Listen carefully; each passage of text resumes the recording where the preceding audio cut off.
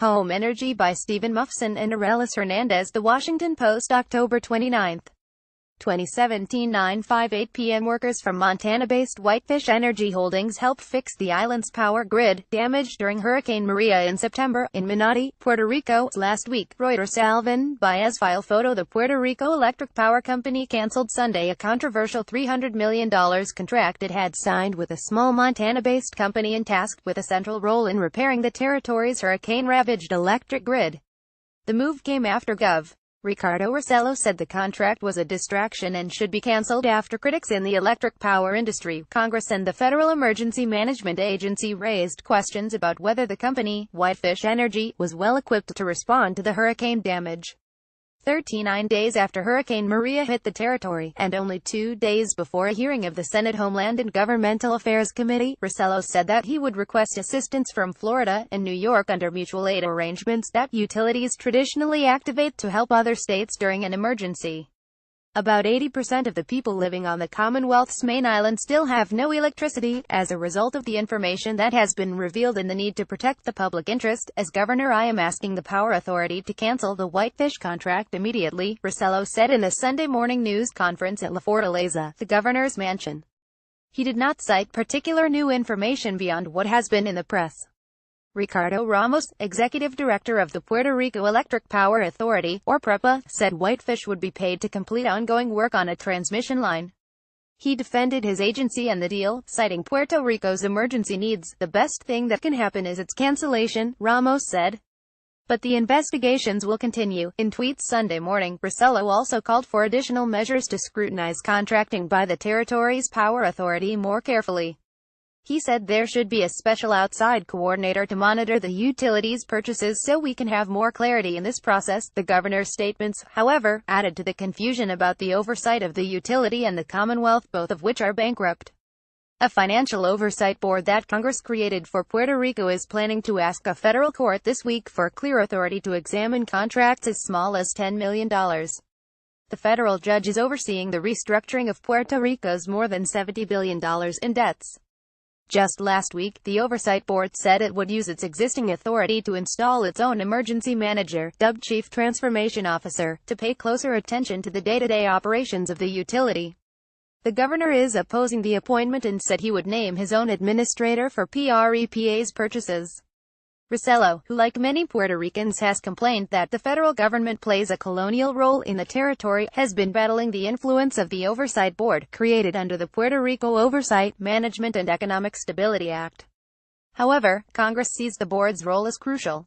Transparent accountability at PREPA is necessary for an effective and sustained recovery in Puerto Rico, Parrish Braden, spokesman for the House Committee on Natural Resources, said in an email.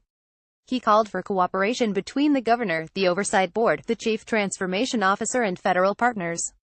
The governor did not say how the utility would disentangle itself from the contract with Whitefish Energy. Whitefish Energy, which had just 2 employees the day Hurricane Maria hit Puerto Rico, now has about 325 people working on restringing transmission lines, clearing debris, and erecting fallen poles. It has been working under contract with PREPA. Whitefish, Mont, is the home of Interior Secretary Ryan Zinke, although the company said he played no role in securing the business. One of Zinke's sons worked for Whitefish Energy over the summer.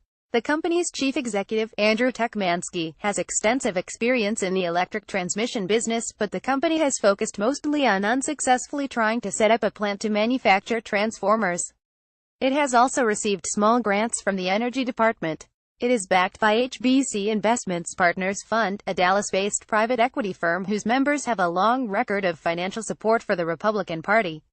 Many people in the utility business had said that PREPA would have been better off tapping into the well-established networks of utilities that have formed mutual aid groups expressly for the purpose of emergency relief. In addition, many in the industry have suggested that Whitefish Energy's pay scales, as high as $462 an hour, were much higher than is typical even in an emergency such as the one facing Puerto Rico. The contract rates included costs, administrative expenses and profits for Whitefish. The rates PREPA agreed to pay Whitefish for supervisors would work out to $900,000 a year. The rate of $319.04 an hour for a lineman works out to $622,000 a year. While the conditions in Puerto Rico are difficult and lineman work is dangerous, there are companies and agencies seeking to do the work for substantially less, according to people familiar with figures from 4 companies from the mainland. The Army Corps is doing essentially the same work as Whitefish in Puerto Rico and has been offering to pay as much as $195.04 an hour for a journeyman lineman and $230.32 an hour for a general foreman, according to a document provided to the Washington Post. The average rate for a lineman who helped restore electric power to Florida residents after Hurricane Irma hit there was $165 per hour, and that included some high-priced crews from the Northeast. 5 local firms charged $116 per hour, said a source familiar with the rates. The Whitefish Energy contract also had a clause that said that the pay rates and other terms of the agreement could not be audited or reviewed by FEMA, the Commonwealth, the Comptroller General or PREPA.